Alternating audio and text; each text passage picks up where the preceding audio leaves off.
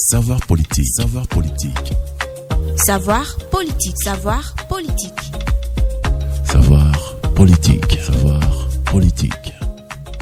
Démocratiser le savoir pour une culture. Amis auditeurs et auditrices de l'émission Savoir politique du 2 juin 2019, merci d'être au rendez-vous du 18e numéro de l'émission. Le thème de nos échanges de ce jour portera sur la démocratie numérique et la participation politique. De nos jours, l'usage de l'Internet s'est imposé dans la vie politique. Aujourd'hui, la campagne électorale bat son plein sur les réseaux sociaux et sur les sites Internet des partis politiques davantage que sur les places publiques ou salles de conférence. Les blogs à caractère politique se sont multipliés, tant ceux des élus que ceux des particuliers des associations citoyennes. Cette intrusion du numérique dans la vie est aussi manifeste en démocratie qui fonctionne selon la même logique de rechercher et maintenir l'interaction entre les acteurs politiques et les citoyens. La démocratie étant comprise, selon le comparatiste Robert Dahl, comme la participation éclairée du plus grand nombre aux affaires de la cité. L'usage des outils numériques qui se développent à un rythme sans précédent vient non seulement favoriser la participation du plus grand nombre, mais aussi enrichir le débat sur les enjeux et favoriser l'interaction avec les citoyens. Mais si le numérique offre de nouveaux espaces à la démocratie et élargit les libertés de s'informer et de communiquer, elle comporte des risques de déstabilisation de l'ordre social et politique, rendant ainsi indispensable de nouvelles formes de régulation. Qu'entend-on par démocratie numérique et participation politique ? En quoi le numérique constitue un transformateur de la démocratie ? Quelles sont les menaces qui pèsent sur l'ordre social et politique ? Comment les États réagissent-ils face à la révolution numérique ? Pour en parler, nous avons en principe invité deux personnes ressources, mais j'ai en face de moi, pour l'instant, un invité. Il s'agit de Mora Gaba, journaliste communicant, auditeur en master recherche en sciences politiques fondamentales. Alors Mora, bonsoir. Bonsoir Alain, chers amis auditeurs, bonsoir. À la technique pour l'émission, mon ami Stéphane Makobi, au micro Alain Tosnon, à ma compagnie Vigile Ouessou, qui certainement nous rejoindra tout à l'heure. Alors Savoir politique est une émission à caractère pédagogique et d'éducation à la citoyenneté. Elle est coproduite par le Centre d'études sociologiques et de sciences politiques CESPO, un laboratoire de recherche en sciences politiques de l'Université d'Abomey-Calavi et votre radio, la radio Océan FM. Le CESPO est dirigé par le professeur Higien Kakaï, agrégé en sciences politiques et coordonnateur du master recherche en sciences politiques fondamentales. Alors, cher Mora Gaba, dites-nous pour commencer cette émission, qu'entend-on réellement par démocratie numérique ou cyberdémocratie ou encore télédémocratie ou e-démocratie? Merci Alain. Et alors, pour mieux cerner ce concept de démocratie numérique, il serait judicieux de partir donc de la genèse du thème démocratie elle-même. Vous savez, la démocratie est née dans la Grèce antique. La démocratie est née à Athènes et tient ses origines du grec démocratia, qui est formé donc de démos, qui veut dire peuple, et de kratos, qui veut dire pouvoir. Donc on parle donc de pouvoir du peuple, de gouvernement du peuple. Et quand on parle de démocratie, la plus célèbre définition qui est donnée est celle d'un ancien président des États-Unis qui a gouverné le pays de 1860 à 1865. Je veux parler du président Abraham Lincoln, qui dit que la démocratie, c'est le gouvernement du peuple par le peuple et pour le peuple. Donc, suivant ce principe, la souveraineté appartient donc au peuple. C'est le peuple qui décide de qui va le gouverner. Revenons maintenant à ce qui nous interpelle ici, la démocratie numérique est né avec l'avènement d'Internet. Vous savez, depuis 1990, Internet a conquis le monde et ses sujets. Et ce nouvel outil, en plus donc de s'imposer au monde, qui est très vite devenu aujourd'hui un village planétaire, va s'incruster dans les domaines les plus subtils de la vie de nos sociétés modernes. Et donc, la démocratie, bien qu'étant née des millénaires avant notre ère, c'est-à-dire l'ère du tout numérique, ne va pas rester en marge donc de cette évolution du réseau Internet qui a transformé aujourd'hui nos quotidiens privés ou professionnels. Donc, l'objectif de la démocratie numérique, appelée encore cyberdémocratie, e-démocratie, démocratie 2.0, web démocratie, comme vous avez bien eu à le souligner, est donc d'utiliser les technologies d'information et de communication pour améliorer la démocratie et donc les institutions de démocratie. Donc, en clair, l'idée de démocratie numérique renvoie donc à l'idée que l'utilisation des technologies d'information et de communication peut donc améliorer la participation, la démocratie donc par la participation active des citoyens donc au processus décisionnel démocratique. Ok, alors vous venez de le dire, donc on comprend bien que aujourd'hui, avec les outils numériques, aujourd'hui, cette démocratie traditionnelle, représentative, elle est à l'épreuve donc de ces différents outils, et que réellement l'intrusion donc de ces outils numériques permet de revitaliser donc la démocratie représentative. Est-ce que c'est votre avis? Oui, il faut le dire. Aujourd'hui, l'élément nouveau là, c'est l'Internet. Et il ne faut pas voir donc la démocratie numérique comme une nouvelle forme de démocratie. Ce n'est que le prolongement de la démocratie traditionnelle. Vous savez, quand nous faisons un tour dans l'histoire et que nous voyons un peu l'histoire de la démocratie. Nous sommes partis d'une démocratie directe. Après, nous sommes venus à une démocratie représentative où les citoyens délèguent leur pouvoir, une partie de leur pouvoir à des élus qui les représentent au sein du Parlement. Après, nous sommes venus à une démocratie participative parce qu'on s'est dit qu'en plus des élus à l'Assemblée, il fallait donc impliquer les citoyens pour une participation plus active. Maintenant, l'élément nouveau que la démocratie numérique apporte, c'est Internet qui offre une liberté d'expression à tous les citoyens. Donc vous voyez. Et donc aujourd'hui, il faut dire que la démocratie numérique apparaît un peu comme un outil qui permet de revitaliser, comme vous l'avez dit, la démocratie traditionnelle. Okay. Nous l'avons donc compris, mais quand on parle d'outils numériques, quand on parle donc de l'intrusion de ces outils, en quoi consistent réellement ces outils? Quels sont ces outils numériques-là qui permettent aujourd'hui de dire qu'aujourd'hui nous sommes face à une démocratie numérique? Oui, et aujourd'hui, avec l'avènement d'Internet, il y a une pléthore donc d'outils numériques qui sont utilisés, que ce soit par les citoyens ou par les hommes politiques. Donc, nous avons aujourd'hui les applications Web 2.0. Je mets dans l'application Web 2.0 tout ce qui a rapport au blog, au site Internet et j'en passe. Donc, tout ça, ça permet donc à l'internaute de s'exprimer plus librement. Aujourd'hui, vous avez sur les réseaux sociaux des pages qui se créent. Les institutions ont des pages. Même la présidence de la République a son site Internet. Oui, nous l'avons. Et aujourd'hui, mieux qu'hier, on se rend bien compte que le gouvernement communique activement sur les réseaux sociaux, exactement. Oui. Donc aujourd'hui, que ce soit de votre téléphone portable, des tablettes et autres, vous pouvez avoir directement accès donc à Internet pour donner votre opinion. Donc ces outils aujourd'hui, il faut dire, tendent et à supplanter les médias que nous connaissons exactement, la radio et autres. Donc et juste parce qu'ils mettent disons à égalité l'émetteur et le récepteur. Ce n'est plus comme à la radio, par exemple, où vous avez besoin d'être invité pour donner votre opinion. Là-bas, c'est free. Tout le monde peut donner son avis sur une décision. De son lit à la maison. De son lit à la maison, n'importe où. Il suffit juste qu'il ait un téléphone portable qui a accès à Internet. Et même lors des campagnes électorales, le politique s'en sert massivement donc pour atteindre son public, pour atteindre son électorat. Surtout l'électorat jeune, parce qu'on se rend compte que ce sont les jeunes qui sont accrochés à ces nouveaux outils. Exactement, qui utilisent plus ces nouveaux moyens de technologie là. Donc,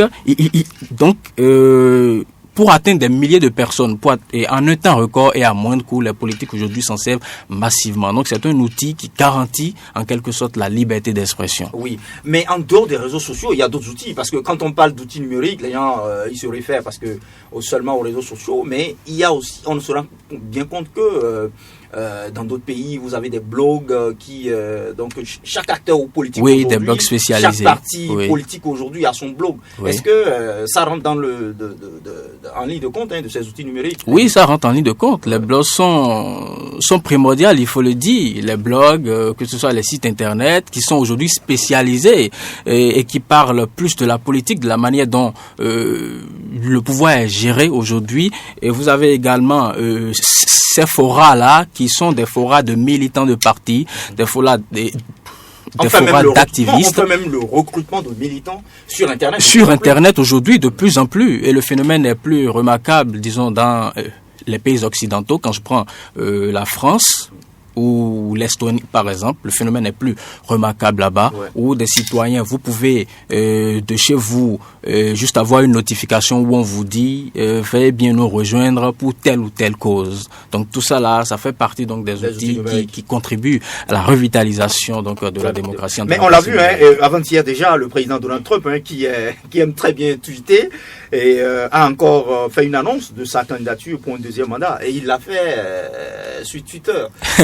Donc nous sommes en plein dans la démocratie numérique qui permet d'interagir avec les citoyens, avec les militants. Oui, vous savez, Twitter, c'est le réseau social préféré du président américain. Il s'en sert. Mais avant lui aussi, Barack Obama. Barack Obama s'en est activement servi, il faut le dire. Donc, les outils numériques et Internet en général, disons, ont révolutionné la vie politique, que ce soit ici ou ailleurs, comme vous venez de le dire, le président Donald Trump s'en sert. Donc, ça a été remarqué depuis l'élection présidentielle de 2008, l'élection qui a amené Barack Obama au pouvoir. Exactement. Et je pense même que c'est lui, il avait fait l'appel de fonds en utilisant donc les outils numériques. Exactement. Donc, c'est de là qu'on a compris l'atout que peut représenter en fait les réseaux sociaux, l'atout que peut représenter Internet dans la conquête du pouvoir. Ici au Bénin par exemple, c'est depuis les présidentielles de 2016 que les citoyens se sont massivement servis donc des réseaux sociaux pour pouvoir accrocher les citoyens, pour pouvoir atteindre leur électorat. Donc il faut dire qu'aujourd'hui, de plus en plus de citoyens, de plus en plus de politiques adoptent ce nouvel outil-là. Et quand je prends l'exemple de l'Estonie, lorsqu'on parle de démocratie numérique, l'exemple qui est le plus cité, c'est l'exemple de l'Estonie. Oui, absolument. C'est un pays qui est très avancé. Oui. Alors, en quoi est-ce que là-bas il y a plus de médias classiques? Est-ce que on échange, les acteurs politiques échangent seulement sur les réseaux sociaux? Non, là-bas, il y a bien sûr les médias classiques, mais l'Estonie est plus avancée en matière de démocratie numérique. Aujourd'hui, ils sont en train d'expérimenter ce qu'on appelle l'e-governance. C'est-à-dire la gouvernance sur Internet, où vous avez toutes les institutions de l'État sur Internet, même la présidence. Donc, et même les domaines les plus subtils de la vie politique en Estonie est sur Internet. Et depuis 2005, depuis les municipales de 2005, l'Estonie fait donc l'expérience du vote numérique. Donc, actuellement, pour voter, ils vont juste sur Internet. Le citoyen n'a plus besoin de se déplacer vers les urnes aujourd'hui pour voter. Donc c'est une avancée considérable en matière de démocratie numérique.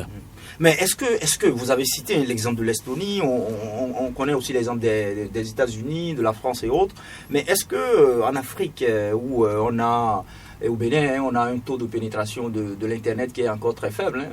Je crois que l'Union internationale de la communication et des télécommunications avait sorti un rapport où on dit qu'en Afrique, le taux de pénétration est de l'ordre de 30%. Est-ce que c'est pas très faible? Est-ce que en Afrique, on peut parler de démocratie numérique? Oui, il est bien vrai qu'en comparaison avec d'autres États comme les États-Unis, l'Estonie et autres, on peut dire que nos États africains ou le Bénin, nous sommes encore en arrière. Mais nous faisons actuellement nos pas en démocratie numérique.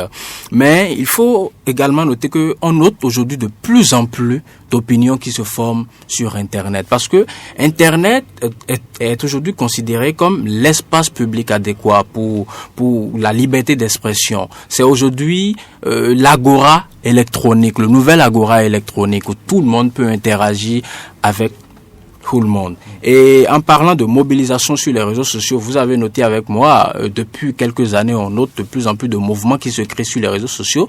Nous avons remarqué cela notamment en septembre 2018 avec le mouvement Taxe pas mes mots, quand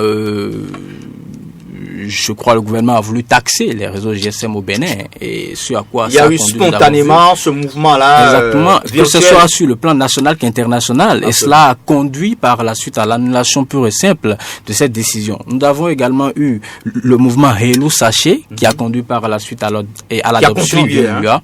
Exactement, sur les sachets en matière plastique. Ouais. Donc de plus en plus, on note de plus en plus de mobilisation donc sur les réseaux sociaux et tout ça, ça contribue à... Exactement, tout cela concourt à nourrir la démocratie. Exactement, à la redynamisation de notre démocratie. Mais avant ça, on peut faire un tour au niveau de l'Afrique du Nord où, avec le printemps arabe, on a pu remarquer qu'effectivement, en termes de mobilisation, que les réseaux sociaux avaient joué un rôle très important. Exactement, notamment en Tunisie où il y a par jour des milliers de personnes qui partageaient, qui postaient tout ce qui se passe dans le pays. Et qui se donnaient rendez-vous pour militer activement. Oui, donc là nous avons eu des hashtags qui ont été créés dans le temps pour alerter la communauté internationale et tout par rapport à tout ce qui se passe donc dans ce pays-là. Alors, j'ai ici une tribune du docteur Mathias Nkwe, une tribune donc qui est parue dans Jeune Afrique. Alors, qui disait dans cette tribune donc intitulée "Les réseaux sociaux ne font pas donc encore les élections", il dit ceci en substance: en allant à la chasse aux voix sur les réseaux sociaux, les candidats sont donc sûrs d'y rencontrer un grand nombre d'électeurs potentiels et par conséquent d'augmenter leurs chances d'engranger les suffrages.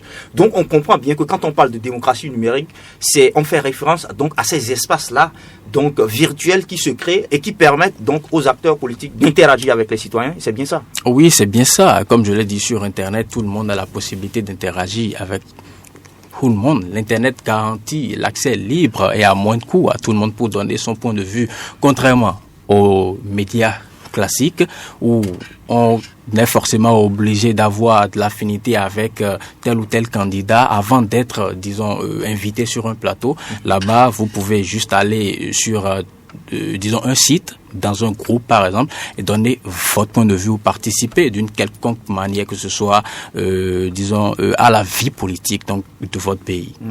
Donc on comprend bien qu'il y a des avantages énormes. Mais il n'y a pas que des avantages. Hein. On comprend que de plus en plus, hein, on dit aussi que, disons, que ces réseaux sociaux, donc que cette communication virtuelle a des conséquences peut constituer des menaces. Qu'il y a des risques de menaces sur l'ordre social et l'ordre politique. Oui, il est bien vrai que la démocratie numérique ou Internet en général offre beaucoup d'avantages en matière de revitalisation de la vie démocratique, mais il faut également voir la chose sous un autre angle. La démocratie numérique favorise bien sûr la participation, mais peut constituer également un poison à effet lent pour la démocratie. Et aujourd'hui, je crois qu'il serait prétentieux de penser la démocratie numérique comme, disons, le remède miracle à tous les maux donc de la démocratie dans nos sociétés. Elle a également des limites. D'abord, il faut dire que l'utilisation des outils requiert un certain nombre d'exigences. Aujourd'hui, il faut forcément que vous sachiez lire et que vous sachiez écrire avant d'utiliser ça. Et avoir accès à l'Internet. À Internet. Ça, c'est très important. Et souvent, quand on dit ça, il y a aujourd'hui des gens qui disent que dans les domaines, dans les villages les plus reculés aujourd'hui du Bénin, il y a nos pépés, nos mémés qui utilisent déjà des smartphones. Mais est-ce qu'ils comprennent réellement ce qui se passe? Est-ce qu'ils peuvent écrire en français, interagir avec... Ouais. Donc, ceux-là, en fait, sont exclus en quelque sorte de la démocratie numérique. Donc aujourd'hui, nous notons un clivage entre d'un côté ceux qui sont connectés, numérique. Exactement, et de l'autre ceux qui ne le sont pas. Donc c'est un peu comme si nous revenons à la démocratie directe telle qu'elle était pratiquée à Athènes, où il y avait une frange de la société qui était exclue. Donc aujourd'hui, cette frange de la société qui n'a pas accès à Internet ou qui n'a pas ou qui ne comprend pas bien ce qui se passe donc dans l'arène politique est exclue en quelque sorte. Alors, l'autre menace aussi, hein, on dit que les outils numériques, qu'ils viennent fragiliser les instances de médiation, ces groupes, réseaux et institutions qui prétendent encadrer politiquement la population et lui fournir des repères idéologiques. Quelque part, hein, quand on lit un peu la littérature, on se rend bien compte que cette démocratie numérique-là, quelque part, hein, elle vient fragiliser par exemple le Parlement, où on se rend bien compte que le débat politique par excellence, c'est au niveau du Parlement. Oui. Et on se rend bien compte que ce débat-là revient au niveau des réseaux sociaux. Donc, qu'est-ce qu'on peut dire? Est-ce que là, c'est pas une menace un jour de faire disparaître le Parlement? On peut considérer ça comme une menace, mais il faut d'abord dire que à la base, la démocratie numérique encourage cela. La démocratie numérique, disons, en démocratie numérique, le fait de voter des lois n'est plus l'apanage seulement du député. Tout citoyen peut donner son point de vue, peut proposer des lois, vous voyez. Mais ce sont les dérives, en quelque sorte, qui tendent à fragiliser nos institutions. Aujourd'hui, nous avons tellement de dérives sur Internet. Nous avons, par exemple, l'usurpation d'identité. Aujourd'hui, il y a tellement de faux profils sur les réseaux sociaux. Absolument. Donc, mais vous voyez un profil qui est monté de toutes pièces, un profil d'homme politique qui est monté de toutes pièces. Là, vous avez, en fait... disons, les gens ne déclinent pas souvent leur identité, on ne sait pas à qui on parle, à qui on a affaire. Exactement. Et puis les gens se cachent en fait derrière ces faux profils-là pour propager des nouvelles. Nous avons également le phénomène des fake news. Le phénomène des fake news avec la manipulation aujourd'hui, où n'importe qui peut propager des nouvelles à source, disons, douteuse sur le net, dans l'optique en fait de fragiliser les institutions de l'État, dans l'optique de fragiliser une personnalité, l'image d'une personnalité.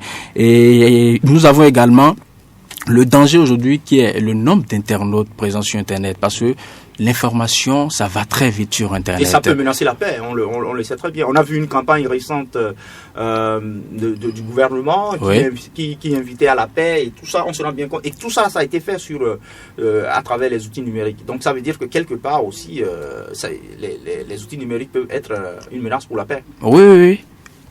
Et dans beaucoup de pays, même au Burundi, nous avons eu un cas là où les individus sont capables de vous ramener même des images de 10 ans et de 5 ans et de dire que c'est actuellement ce qui se passe. On manipule les images. Exactement. Il y a le montage aujourd'hui qui se fait. Donc tout cela, ça participe donc à la fragilisation de la démocratie au lieu de la revitaliser.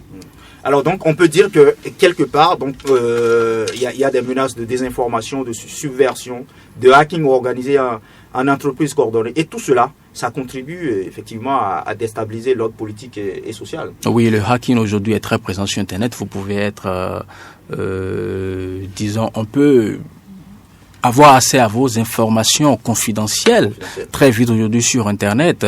Aujourd'hui, les informations qui circulent sur Internet n'ont pas de source fiable et il est très difficile aujourd'hui, disons, de tomber sur des informations aujourd'hui sur Internet, des informations qui ne sont pas encore données par les médias classiques, parce que les médias classiques gardent en fait leur valeur. Souvent, les médias... les informations qui circulent. Mais il y a une véritable compétition. Compétition, exactement. Mais elles ne pètent pas, en fait, leur valeur. Parce que les informations qui circulent en majorité sur les réseaux sociaux, ce sont des informations soit qui sont prises des médias classiques, ou soit à la suite des réseaux sociaux, vous les verrez sur les médias classiques. Et aujourd'hui, moi, par exemple, lorsqu'on m'envoie un lien, je ne clique jamais dessus. Parce qu'aujourd'hui, vous verrez dans certains groupes où on vous envoie des liens, on vous dit, disons, le gouvernement octroie en fait de la bourse, ce genre de choses. Ce sont des risques en fait de hacking aujourd'hui. Et heureusement que sous nos cieux, le fait n'est pas encore très développé, parce que par exemple, quand je prends le cas des États-Unis, la Chine ou la Russie par exemple, il y a des hackers qui sont payés, qui en font une activité. Une activité et qui agissent dans l'ombre, le dark working, qui agissent dans l'ombre en quelque sorte. Et ça peut menacer tout un pays. Oui, ça peut embraser un pays. Ça peut embraser un pays. Surtout en matière commerciale, on se rend compte que la lutte elle est âpre au niveau avec les outils numériques. Alors nous allons faire un tour au niveau de la régie pour écouter donc la chronique réalisée par Clément Tchadé, journaliste et auditeur en master recherche sciences politiques et fondamentales. Et nous revenons. Savoir politique. Savoir politique de ce dimanche 2 juin recevra sur son plateau le docteur Fidel Ayena, docteur en sciences politiques, enseignant-chercheur à l'université d'Abomey-Calavi, et Mora Gaba, journaliste communicant, auditeur en master recherche sciences politiques. Ils débattront sur le thème démocratie numérique et participation politique. Retrouvez la grande équipe de Savoir politique ce dimanche entre 18h et 19h sur Océan FM. Savoir politique, démocratiser le savoir pour une bonne culture démocratique. Défini comme l'ensemble des activités individuelles et collectives susceptibles de donner au gouvernement une influence sur le fonctionnement du système politique, la participation politique est érigée en valeur ou norme fondamentale dans les régimes démocratiques. Selon le politiste professeur émérite des universités Philippe Brault, la participation politique est associée au concept de citoyen. Ainsi, le vote apparaît comme l'une des meilleures formes de participation politique. D'ailleurs, la science politique retient traditionnellement le vote comme modalité essentielle de participation politique. Grâce à l'évolution de cette discipline et surtout sa pratique, le champ de participation politique s'est élargi. En effet, à côté du vote, on a d'autres formes de participation plurielle. En exemple, on peut citer les manifestations et les violences. Cependant, on ne saurait restreindre dans la pratique quotidienne la participation politique à ces deux niveaux. Avec le développement des nouvelles technologies de l'information et de la communication, l'espace public connaît une expansion qui se manifeste par l'apparition de nouveaux espaces de débat public. Grâce aux médias sociaux, les citoyens ne sont plus obligés de passer par les médias classiques que sont la presse écrite, la radio et la télévision pour opiner sur la vie politique. Ainsi, cette démocratisation de l'espace médiatique avec à la clé ces nouveaux médias devenus incontournables et qui sont utilisés par de nombreux acteurs, et ceci non seulement dans les débats, mais aussi comme des moyens de communication politique. Au Bénin, par exemple, les réseaux sociaux, notamment Facebook et WhatsApp, sont de plus en plus utilisés par les acteurs politiques. Les partis politiques et des groupes d'influence y recourent pour médiatiser leur activité, mais aussi pour manipuler l'opinion publique. En d'autres termes, cette démocratie numérique élargit le champ de la liberté d'expression, une valeur fondamentale de la démocratie contemporaine. Cependant, il est légitime de se demander si cette libéralisation médiatique est une forme de participation politique. A priori, on ne saurait répondre par l'affirmative, surtout dans le contexte béninois.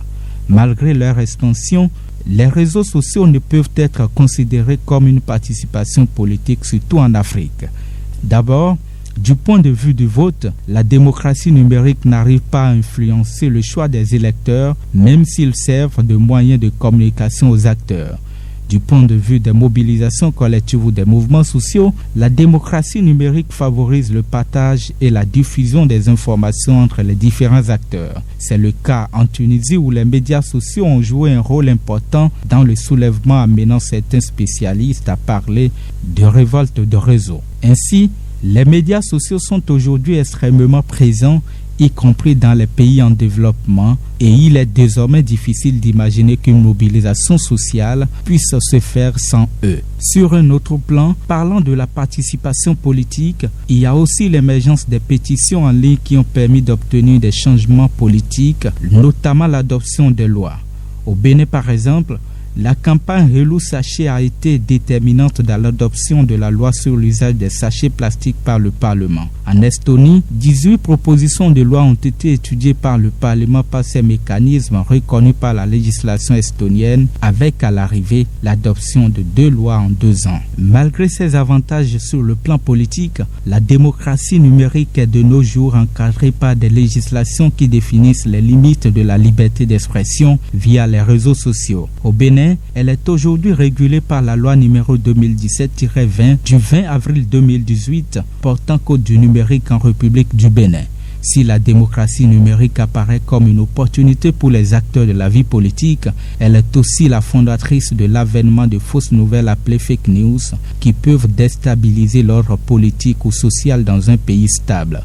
En définitive, la démocratie numérique constitue pour les démocraties contemporaines un nouvel espace de débat et un moyen de communication qui pourrait influencer les participations politiques, notamment le vote et les mobilisations collectives. Vu les effets de son corollaire, il est impérieux d'encadrer ce nouvel espace qui apparaît aux yeux de certains observateurs comme un couteau à double tranchant.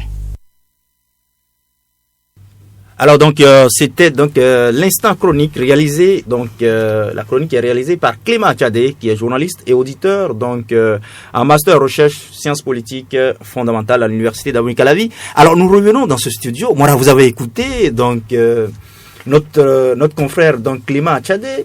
Alors j'ai noté que 2 ou 3 choses. Il dit que, comme vous l'avez également souligné, que donc la démocratie numérique permet d'élargir le champ de la liberté d'expression et donc cette libéralisation donc est une forme de participation politique. Alors donc ça veut dire qu'on peut bien comprendre que la démocratie numérique permet donc de renforcer la participation politique donc des citoyens. Oui, la démocratie permet de renforcer la participation. D'abord, lorsque nous venons à la définition du terme participation politique, on comprend que c'est en fait l'ensemble des activités d'autres politiques que peuvent avoir, disons, un citoyen au sein d'une société. Et comme il a su bien citer, il y a Philippe Braud, qui est un politologue français, spécialiste de la sociologie politique, qui dit que la participation politique est l'ensemble des activités individuelles ou collectives qui sont susceptibles de donner donc aux gouvernés une influence sur le fonctionnement du système. Donc on comprend tout de suite qu'en démocratie, c'est une valeur qui est fondamentale et qui est associée au concept de citoyenneté. Et quand nous parlons de participation, il faut distinguer deux types de participation. Nous avons d'abord la participation conventionnelle et la participation non conventionnelle. Quand nous parlons de participation conventionnelle, et elle touche en fait tout ce qui est légal, tout ce qui est prévu par les textes et qui ne remettent pas en cause donc la légitimité du pouvoir en place. Nous avons là le vote, nous avons l'engagement dans un parti politique, nous avons la participation à une campagne électorale. Et de l'autre côté, vous avez la participation qui est non conventionnelle, qui est, disons, à la marge de l'illégalité, qui remet en cause, disons, la légitimité du système en place. Là, nous avons les manifestations, nous avons les grèves, nous avons les actions violentes, tout ce qui est protestataire. Ouais. Alors donc, on comprend, il dit aussi dans sa chronique que la démocratie numérique n'arrive pas encore, en Afrique surtout, à influencer le choix des électeurs. Donc, et aujourd'hui, elle se limite donc à favoriser donc la liberté d'expression, mais pas encore à influencer le choix des électeurs. On va en arriver là, vous pensez ? Vous savez, comme j'ai eu à le dire, c'est un chemin que nous avons à faire. Vous savez, Internet, les pays occidentaux ont adopté Internet il y a longtemps. C'est pour ça qu'ils sont à cette étape aujourd'hui. Donc, il faut aussi que nous fassions du chemin. Vous savez, et je suis certain qu'on arrivera, donc, disons, à cette étape où tout citoyen aurait donc, disons, le pouvoir de vote, pourrait donc voter même de chez lui. Disons, une Vous parlez là du vote électronique. Oui. Il y a certains pays qui l'ont déjà adopté.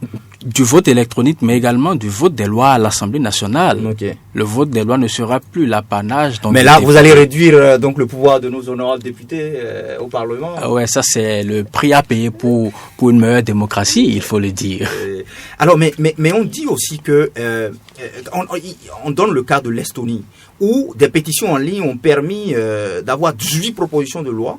Et puis 2 lois en 2 ans. C'est une avancée considérable. Ça veut dire que aujourd'hui, de plus en plus, on va peut-être amener les citoyens à beaucoup interagir donc avec le Parlement, avec les députés. Oui, cela se fait déjà. Cela se fait déjà du moment où Internet est devenu l'agora électronique où tout le monde peut interagir avec son élu, avec son représentant. Cela se fait déjà. Mais avec le temps, ce sera plus formalisé.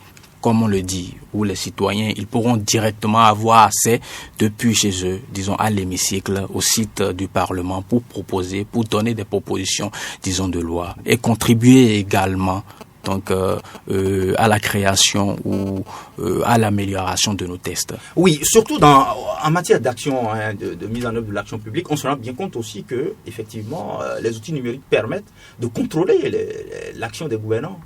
Oui, et aujourd'hui, dommage qu'ici en Afrique, nous n'avons pas encore les sondages, juste parce que à l'Occident, les politiques utilisent donc les sondages pour pouvoir comprendre, pour pouvoir avoir l'opinion de la population par rapport à une décision, à une politique mise en place. Mais je crois qu'avec le temps, cela aussi viendrait avec les think tanks aujourd'hui qui sont plus... Qui dans leur labo réfléchissent et travaillent nuit et jour donc pour pouvoir faire évoluer les choses. Juste parce qu'aujourd'hui le monde évolue. Il faudrait pas qu'on reste en marge donc de cette évolution. Il faudrait qu'on évolue avec le monde. Mais cette évolution, elle a bien des revers, puisque dans la chronique de Clément Atchadé, on dit que les fausses nouvelles peuvent déstabiliser l'ordre politique. Et les États tentent, vaille que vaille, de vraiment réguler. Est-ce que ces États y parviennent? Est-ce que véritablement on a la législation évolue avec ces évolutions technologiques là? Dans d'autres pays, oui. Quand je prends l'exemple de la France a adopté déjà 8 lois pour encadrer, donc pour réglementer, pour sécuriser et limiter donc les libertés sur Internet. La première loi qui a été adoptée en France, c'était depuis 2004. Donc vous imaginez déjà que à cette époque, ils avaient déjà réfléchi à toutes ces dérives là qui peuvent donc survenir. Mais quand on parle de dérive, pour le citoyen, pour l'auditeur, il faut bien comprendre que ce sont les fausses nouvelles. Oui, les fausses nouvelles, l'usurpation d'identité, l'anonymat qui est aujourd'hui l'autre face cachée d'Internet. Donc, je crois que nos États également sont en train de faire de leur possible et doivent le faire d'ailleurs, parce que si les choses continuent comme ça, nous courons donc à notre perte. Et d'ailleurs, ici au Bénin, vous avez des lois qui sont déjà, disons, opérationnelles donc pour recadrer donc tout ce qui se passe sur Internet aujourd'hui. Vous avez par exemple la loi numéro 2017-20 portant code numérique en République du Bénin. Et même si cette loi ne prend pas en compte donc toute la dimension du problème, je crois que c'est déjà un début. Vous avez également le code électoral qui dispose en son article 372, je cite, puni d'un emprisonnement de 6 mois à 1 an et d'une amende de 1 million de francs CFA à 5 millions de francs CFA et ou d'une peine d'inéligibilité de 3 ans à 5 ans, tout citoyen qui, à l'aide de fausses nouvelles, calomnies ou autres manœuvres frauduleuses, a soustrait ou détourné les suffrages ou a déterminé un ou plusieurs électeurs à s'abstenir de vote. Vous avez également la loi numéro 2015-07 portant code de l'information et de la communication en République du Bénin en son article 266 qui dit la publication, la diffusion ou la reproduction par quelque moyen que ce soit de fausses nouvelles, de pièces fabriquées, falsifiées ou mensongères attribuées à des tierces lorsque faite de mauvaises lois, elle aura troublé la paix publique, sera punie d'un emprisonnement de 6 mois à 3 ans et ou d'une amende de 5 000 francs CFA, de 5 000 francs CFA à 2 millions de francs. Les mêmes faits sont punis des mêmes peines lorsque la publication, la diffusion ou la reproduction faite de mauvaise foi est de nature à ébranler la discipline et le moral des forces armées. Donc je crois que tout ça c'est un début donc pour encadrer donc les dérives que nous observons sur les réseaux sociaux. Il est bien vrai qu'avec l'évolution des choses, ils devront bien sûr réfléchir pour mieux pour adopter plus de lois comme la France, comme des pays comme la France, la Suisse et j'en passe. Mais les voix s'élèvent quand même face à cette régulation donc qui s'impose aux États. Des voix s'élèvent pour dire mais est-ce que là on n'est pas en train de régresser dans le champ de la protection des droits et libertés fondamentaux? Donc non. Le débat est ouvert. Là. Oui, le débat est ouvert, mais là, on ne peut pas parler de régression des libertés. On ne peut pas laisser tout le monde, disons, faire n'importe quoi avec les réseaux sociaux. Sur Internet, il y a, disons, une phrase qui dit « Ma liberté s'arrête là où commence celle des autres ». Il ne faudrait pas, au nom de la liberté d'expression, faire n'importe quoi, disons, sur les réseaux sociaux. Il faut forcément que cela soit encadré, que cela suive les normes, que cela suive, disons, les règles, ce qui doit être. Alors donc je crois que le Conseil d'État donc vous a entendu, puisque en France on dit que le Conseil d'État a indiqué clairement que l'Internet n'échappe pas à la puissance étatique, que les États ne sont pas moins légitimes à légiférer sur les réseaux numériques que sur tout autre pan des activités humaines, tout simplement parce que ce sont des activités humaines qui se déroulent sur ces réseaux. Donc ça veut dire que c'est clair que les États donc sont en droit, sont fondés effectivement à légiférer. Alors mais est-ce que véritablement donc ces différentes lois et autres, est-ce que vous avez le sentiment que les citoyens sont bien au courant de tout ça? Parce que quand on observe un peu ce qui se passe dans notre pays ici, vous voyez que les gens ne sont pas trop informés. Non, vous savez, aujourd'hui, je crois qu'on ne communique pas assez autour de ces lois-là, de ces dispositions qui sont prévues donc pour encadrer. Donc, il faudra que très prochainement, que dès maintenant d'ailleurs, on commence à sensibiliser les citoyens, on commence à en parler réellement, et ça ce sera vraiment avec le concours des médias classiques, le concours disons des sites institutionnels. Il faut qu'on communique assez autour pour pouvoir permettre aux citoyens de comprendre ce qu'ils doivent faire ou ce qu'ils ne doivent pas faire donc sur les réseaux sociaux et avec Internet. Oui. Alors, mais si on revient un peu sur les campagnes électorales, quand on voit un peu en Occident comment ça se passe, ça a commencé, on l'a vu avec les dernières élections législatives, où effectivement l'espace numérique a été pris d'assaut. Alors, quel conseil il faut donner donc aux futurs candidats pour que véritablement ces outils numériques là ils se les approprient pour aller à la conquête donc de cet électorat, notamment l'électorat jeune? Je crois qu'il faut d'abord qu'il s'entoure d'une bonne équipe, qui a une réelle connaissance donc de ces outils-là.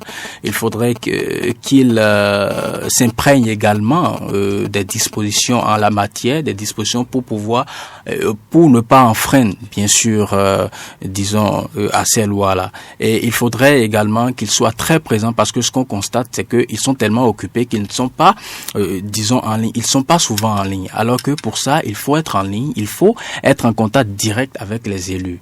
Mais je crois qu'avec le temps, cela va se faire, parce que, comme je l'ai dit, c'est un chemin à faire. Les pays occidentaux ont commencé il y a longtemps, vous voyez, donc peu à peu, je crois que cela va s'intégrer, cela va être plus adopté donc par nos hommes politiques ici au Bénin, en Afrique.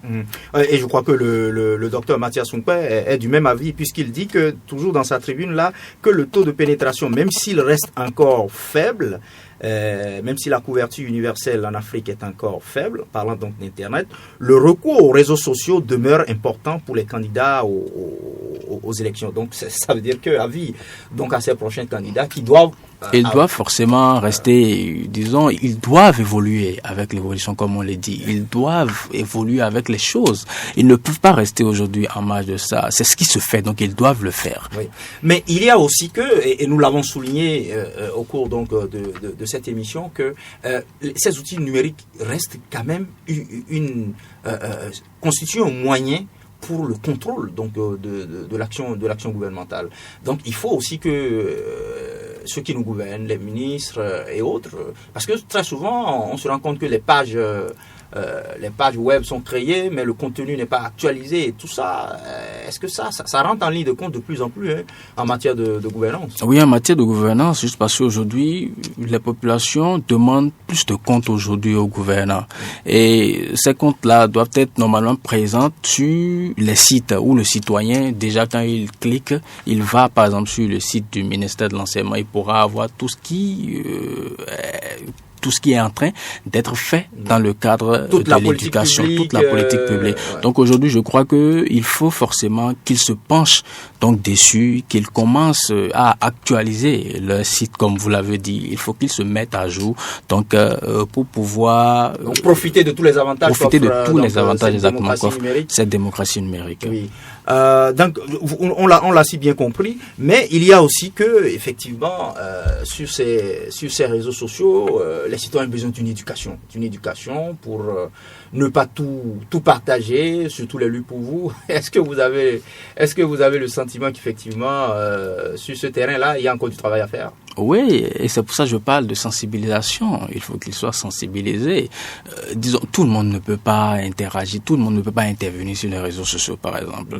Vous savez, aujourd'hui, les illettrés aujourd'hui qui ont des smartphones, et ils veulent aussi intervenir alors qu'ils ne comprennent pas en fait. Mais on peut aussi intervenir par les images, il y a des applications aussi, et puis parfois en langue nationale. Oui, c'est vrai qu'aujourd'hui il y a des applications en langue, mais ces applications ne sont pas encore intégrées aux réseaux sociaux, par exemple.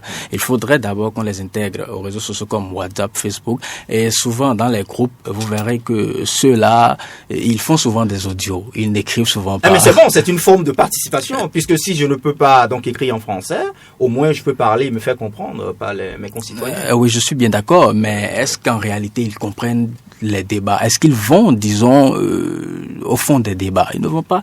Ils viennent seulement pour pouvoir donner leur point de vue. Mais c'est aussi important, ça compte aussi. Oui, ça compte aussi. Pour l'autorité qui gère, c'est important. Oui, c'est bien important, mais ce que je veux, en fait, c'est qu'ils prennent d'abord, disons, dans la mesure du possible, qu'ils prennent le temps de comprendre exactement ce qui se passe et qu'ils fassent doucement à ne pas, disons, propager, comme on le dit, de fausses nouvelles sur les réseaux systématiquement. Qu'ils prennent du recul, donc, dans le traitement et dans l'analyse de l'information. Oui. Alors, on l'a si bien compris, mais il y a aussi que le caractère transnational de l'Internet est un véritable défi au pouvoir de régulation. On a vu chaque État qui vaille que vaille essaie de réguler pour éviter que on tombe dans la déstabilisation de l'ordre politique et social. Mais on s'est bien rendu compte, ces États se sont bien rendus compte que seuls ils ne peuvent pas mener ce combat. Et ils en appellent donc à une mobilisation régionale. Ouais, générale, internationale. Tout récemment en France, je crois que le président Macron a invité beaucoup de pays à une table de concertation pour faire face. Oui, pour faire face au danger que représente l'Internet aussi. Oui, aujourd'hui, Internet n'est pas propre à un pays ou à un autre. Internet aujourd'hui est international et son caractère transnational, comme vous avez eu à le dire, peut bien constituer un obstacle à son encadrement parce que Internet couvre aujourd'hui des milliers de personnes. Donc, je crois que les pays, en fait, pour réussir à encadrer donc ces dérives-là, ils doivent, disons, se mettre ensemble. Ils doivent réfléchir ensemble. Et si des pays ont réussi, je crois bien que nos pays, nos États africains, le Bénin aussi, peut réussir. Il suffit bien sûr de doter, disons, nos lois de tests en fait assez explicites et assez clairs, de tests assez... bien sûr, pouvant permettre donc de protéger la démocratie contre bien sûr les effets pervers de l'évolution numérique. On l'a si bien compris. Alors donc, amis, chers auditeurs, nous sommes donc à la fin donc du 18e numéro de votre émission Savoir politique. On a compris que la démocratie trouve dans les outils numériques de nouveaux lieux de résonance et d'interaction avec les citoyens. S'ils permettent de revitaliser la démocratie, ils constituent aussi une menace à l'ordre social et politique, amenant plusieurs États à passer à la régulation. Prenez le rendez-vous donc du prochain numéro dans 15 jours. Ce sera le dimanche 16 juin 2019 avec pour thème l'idéologie politique au Bénin.